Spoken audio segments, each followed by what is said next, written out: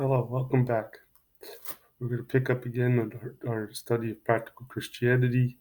We're looking at James 1 to 18, and we're looking at where does temptation come from? James 1:12 to 18.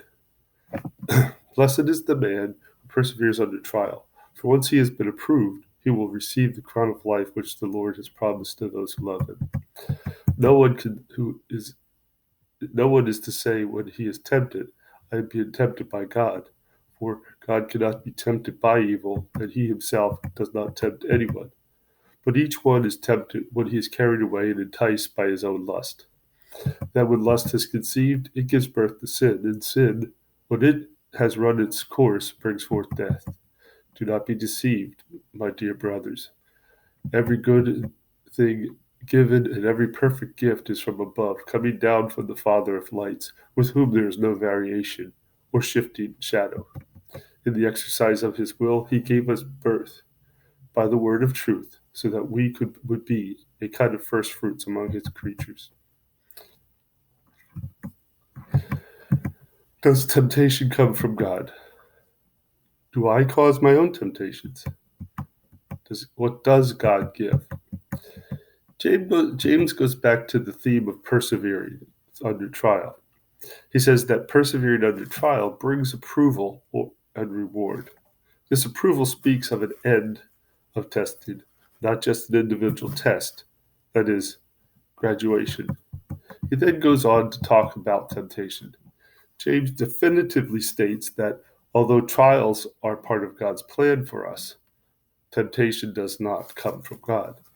God is not capable of tempting because it is not in his nature. The difference between testing and temptation is testing is to prove what we know and where we are on the growth chart of faith. Temptation's purpose is to tear us down, to steal, kill, destroy our faith, and thus bring death to our relationships. James goes on to lay out for us where our temptations come from.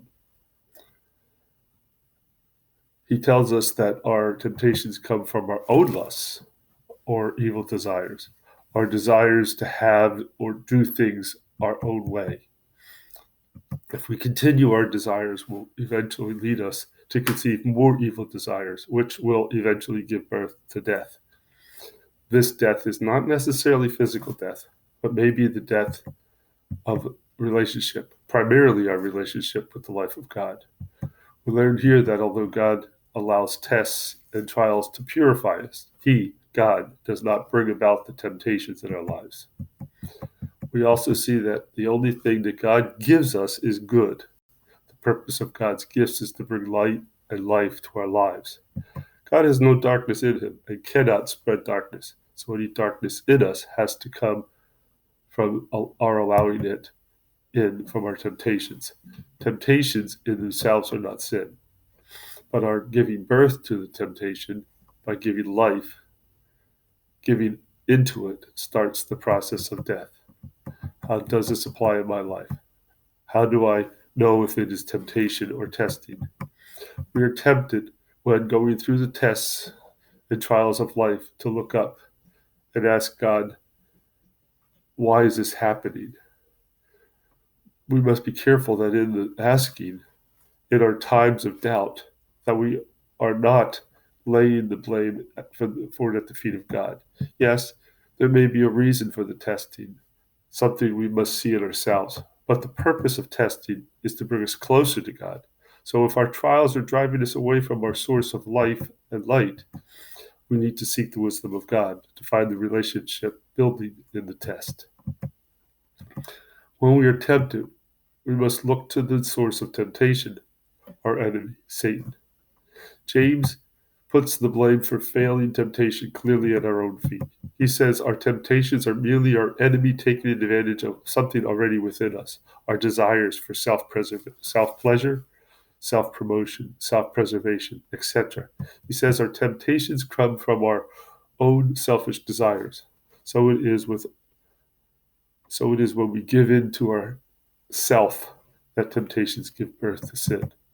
Temptation shows us our weaknesses. Trials show us our strength. Temptations lead us away from true relationship.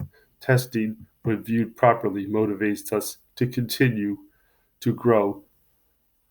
Temptations stunt our growth and eventually take away our strength.